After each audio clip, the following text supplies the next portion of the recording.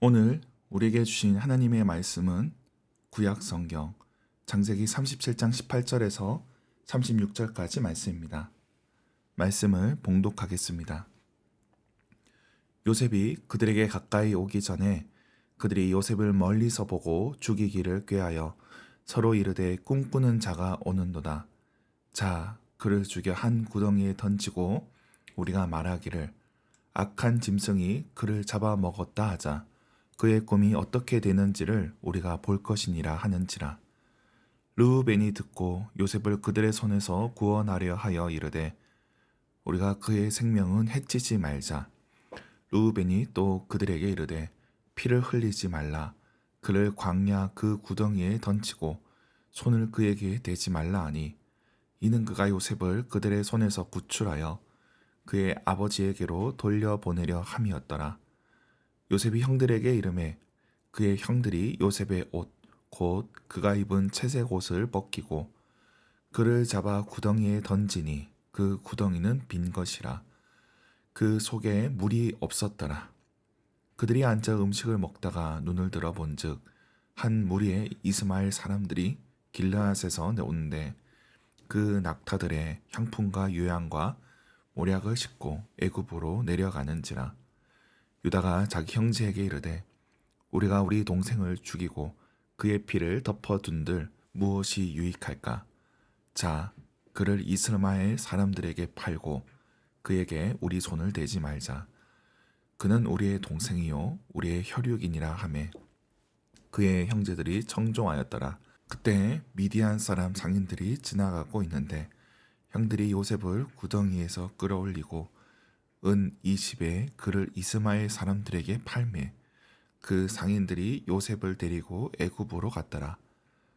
르우벤이 돌아와 구덩이에 이르러 본즉 거기 요셉이 없는지라. 옷을 찢고 아우들에게로 되돌아와서 이르되 아이가 없도다. 나는 어디로 갈까? 그들이 요셉의 옷을 가져다가 수점소를 죽여 그 옷을 피에 적시고 그의 채색 옷을 보내어 그의 아버지에게로 가지고 가서 이르기를 우리가 이것을 발견하였으니 아버지의 아들의 옷인가 보소서 하매 아버지가 그것을 알아보고 이르되 내 아들의 옷이라. 악한 짐승이 그를 잡아먹었도다. 요셉이 분명히 찢겼도다 하고 자기 옷을 찢고 굵은 배로 허리를 묶고 오래도록 그의 아들을 위하여 애통하니 그의 모든 자녀가 위로하되 그가 그 위로를 받지 아니하여 이르되 내가 슬퍼하며 스올로 내려가 아들에게로 가리라 하고 그의 아버지가 그를 위하여 울었더라. 그 미디안 사람들은 그를 애굽에서 바로의 신하 친위대장 보디발에게 팔았더라. 아멘. 매일 성경 순서에 따라 창세기 37장 말씀을 계속 살펴보겠습니다. 오늘 말씀은 요셉이 팔려가는 장면입니다. 형제 간의 갈등이 폭발하는 그런 장면이라 할 수 있습니다. 이러한 갈등은 가인과 아벨에서부터 이어집니다. 그리고 야곱과 에서를 지나 그리고 요셉과 형제들로 이어지고 있습니다. 오늘 본문은 초점을 요셉의 형들에게 맞춥니다. 요셉은 형들을 찾아 멀리서 오고 있습니다. 형들은 이것을 지켜보고 꾀를 냅니다. 우발적으로 죽이려 한 것이 아니라 꾀를 내어 죽이려 했던 것입니다. 그런데 이 일에 어느 주동자의 이름이 나오지 않습니다. 형제들 모두가 이 일의 공범이었던 것입니다. 그런 가운데 22절에 르우벤이 장남으로서 중재를 시도합니다. 그러나 그는 권위가 없습니다. 아우를 죽이려 하는 동생들을 꾸짖는 게 아니라 겨우 말리는 수준입니다. 몰래 빼서 구출하겠다 생각을 합니다. 그런데 그때 유다가 또 나서게 됩니다. 유다는 형제들 중에서 요셉을 노예로 팔자 제안을 합니다. 손에 피를 묻힐 바엔 팔아버리는 게 낫다는 겁니다. 형제들은 유다의 말을 듣습니다. 그렇게 동생을 상인들에게 팔았고 요셉은 애굽으로 끌려가게 됩니다. 이윽고 르우벤이 돌아왔지만 어쩔 수 없었습니다. 이미 일이 벌어졌고 이들은 요셉의 채색 옷에 피를 묻혀 야곱에게 가져다 줍니다. 야곱은 자기가 심부름을 시켰는데 아들이 죽었다는 소식을 들었습니다. 아니 시신도 찾지 못했습니다.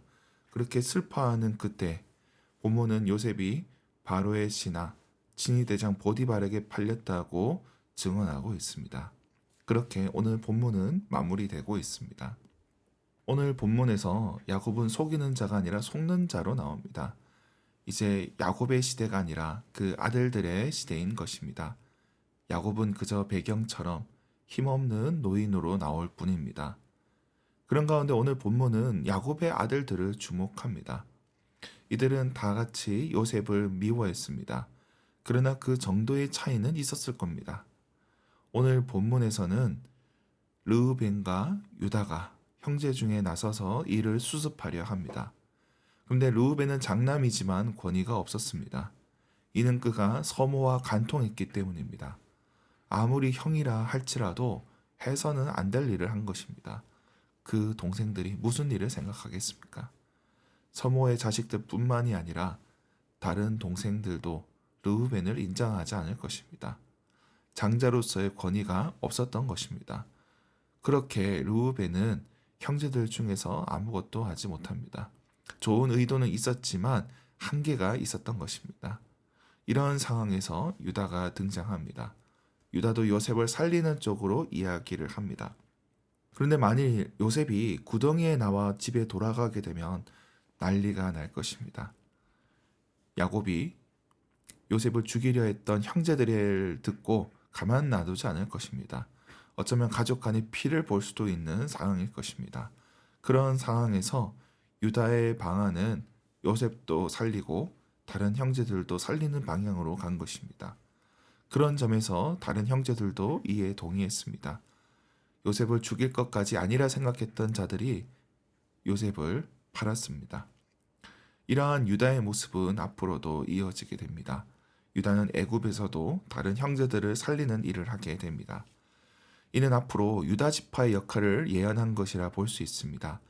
여러 지파를 통솔하고 서로를 살리는 일을 하게 된 것입니다. 야곱의 아들들 중에 중심적인 역할을 하게 된 것입니다. 이처럼 오늘 본문은 장자이나 무기력한 르우벤과 장자는 아니지만 리더십 있는 유다를 대조합니다. 이 부분을 기억해야 합니다. 오늘날 우리 청년들이 젊은 날 경건하게 살아야 될 이유가 여기 있습니다.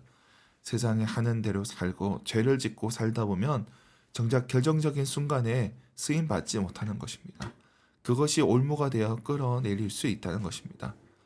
물론 그것이 지금 이 상황과 전혀 상관이 없을 수도 그럴 수 있습니다. 이를 기억해야 합니다. 하나님께 쓰임 받는 사람은 준비되어야 합니다. 그렇게 우리 청년들이 젊은 날부터 준비되기 원합니다. 그렇게 장차 위기의 상황 속에서 귀하게 쓰임 받기를 주님의 이름으로 축원합니다. 기도하겠습니다. 하나님 아버지, 오늘도 우리에게 말씀을 허락하시니 감사합니다. 우리로 젊은 날에 주님의 뜻대로 살게 하시고 또 위기의 상황 속에서 주님의 뜻을 이루어가는 주님의 건속, 주님의 백성이 되게 하여 주시옵소서. 오늘 어버이날을 맞았습니다. 주님께서 각 가정 가운데 또 부모들을 기억하여 주시고 또 저들에게 은혜를 더하여 주시옵소서. 저들이 자녀들을 양육하는 가운데 애쓰고 수고한 것을 주님 기억하시고 또 저들의 노년도 복되게 하여 주시옵소서. 우리 가운데 연약한 지체들을 위해서 기도합니다. 병상에 있는 자들을 주님 긍휼히 여겨 주시고 주님께서 함께하여 주시옵소서. 또한 경제적인 문제로 어려움 겪는 자들에게 주님께서 함께하여 주시고 필요한 것들을 공급하여 주시옵소서. 오늘도 주님 앞에 나온 주님의 권속들, 온라인으로 참여하는 성도들, 각자의 자리에서 애쓰고 수고하는 모든 자들에게 주님 은혜를 내려 주시옵소서. 감사드리며 예수님의 이름으로 기도드립니다. 아멘.